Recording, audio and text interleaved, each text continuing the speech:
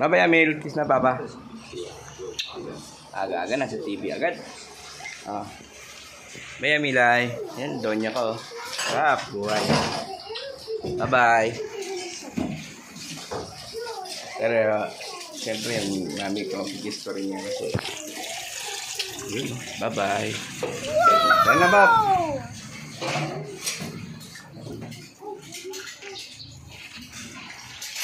Naka-ready na ang aming setup.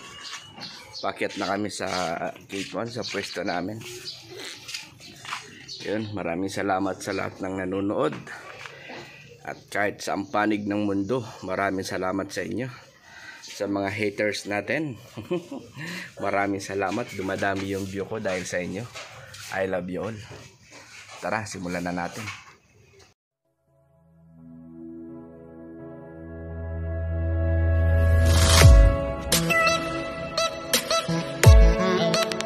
Namin sa pwesto. Dito na kami. Ayan, oh. May nag-aantay na sa atin na customer. Ayan, si brother. Kakain yan. Tara, Bap. Set up na tayo. Lang namin yun, gawa lang tayo ng message para sa mga nagpapares. Yun, mga idol. Salamat nga pala dun sa mga nanonood, sa mga na-inspire dun sa mga video ko.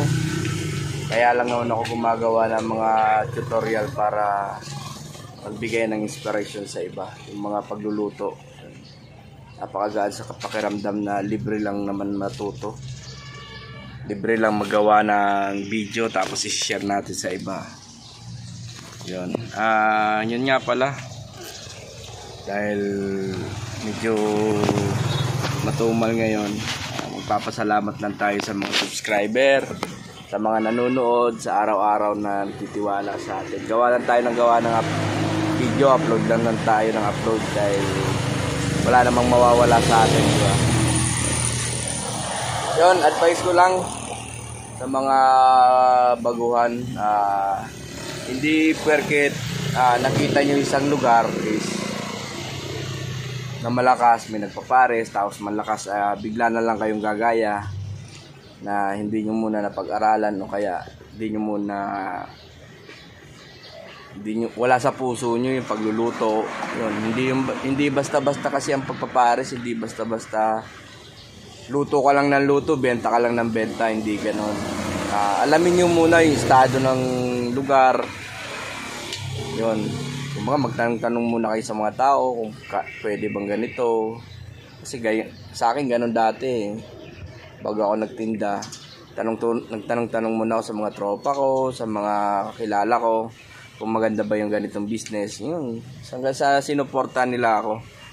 Salamat nga pala sa mga sumuporta sa akin, yung mga kaibigan ko na hanggang ngayon kumakain sa akin, yung mga kaibigan ko na ayaw na kumain dito, good luck. Yun, mga idol. Tapos, di ba pa nagpapares ka, huwag ka susuko. May araw kasi talaga na matumal. Kaya ko, minsan may araw na halos 1,000 lang ang benta. Ngayon, so gagawin mo, dapat alamin mo yung diskarte ko.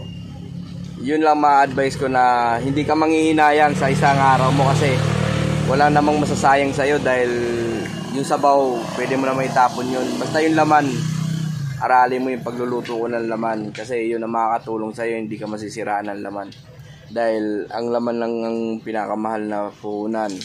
Yung sa kanin, dapat kunti lang niluluto mo, wag basta-basta luto ka lang ng luto. Diba, inisip mo 12 kilos ang mauubos sa'yo ngayong araw na to, wag, kat maaari 6 na kilo lang para kung sakaling matumal kasi hindi araw-araw hindi araw-araw Pasko ang pagluluto Di araw-araw maganda ang benta. Diba, mararamdaman mo bantanghali, wala pa rin kumakain sa'yo. Ngayon, at least, nagluto ka, konti lang, hindi ka malulugi. Kasi napakahirap, nakaka-stress yung bukas iisipin mo, paano ko kaya ito mapapaubos. Ngayon, dapat kunti lang, kontrolado mo yung pagluluto mo. Kahit malayo yung pwesto mo sa bahay nyo, tiyagain mo na kunti lang lutuin mo. Huwag yung ura-urada. Isang luto, akala mo okay, pero may araw talaga na wala. nangyayari yan sa akin. Akala ko maganda yung benta, akala ko dahil sahod ngayon, akala ko okay, yung pala wala, sablay. Yun, nakakapanghinayang yung ganung moment. Yun ang isa sa natutunan ko na dapat pala konti lang niluluto ko. Tama lang. Sa araw-araw naman na pagluluto, makikita mo yun, araw-araw na pagtitinda mo, mapag-aaralan mo yun. So yun lang guys, wag panghihinaan ng loob once na matumal. Bawi tayo kinaumagahan. Yun. Basta wag tayo basta na lang magdidiskarte na na hindi naman natin, wala sa puso natin. Ayun lang guys, saka dapat maganda yung serving, maganda yung bigay ng laman, ng taba. Pag nag-request yung customer ng taba, hanggat meron ka, sige lang, bigay ka lang ng bigay. Huwag madamot. Bawa, pag may nakikinom sa'yo, pagbigyan mo na ng pagbigyan kahit na hindi mo kilala. Kasi mga nakikinom, madalas yan sa mga pwesto natin. Diyan tayo makikilala ng mga customer natin. Halimbawa, customer pala yon, tapos sinusubukan ka lang, makikiinom lang sa'yo, tapos di mo napagbigyan dahil nagdamot ka. Nako, wala na yon idol, hindi na babalik sa'yo yun. Kahit sabihin niya may makakilala sa'yo yun, hindi na babalik sa'yo yun. Ayun lang sa experience ko lang yun mga amo.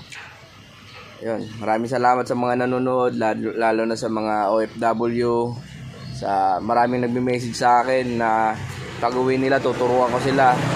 Pasensya na kayo boss, di ko kayo maharap kasi busy rin ako. Ako lang mag-isa talaga dito sa tindahan ko. Yun, kaya gumawa na lang ako ng maraming video para sa tutorial kung paano pagluluto, paano diskarte. Sundan nyo lang sundan yun, walang mawawala doon idol.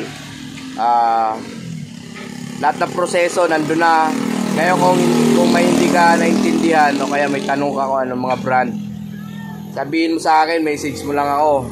Lagi naman ako nasa Facebook sa mga group ng Paris Mami Group. Yun, admin ako doon. Tapos meron ako mga group na sinalihan, nandun lang ako, Edward Juneda.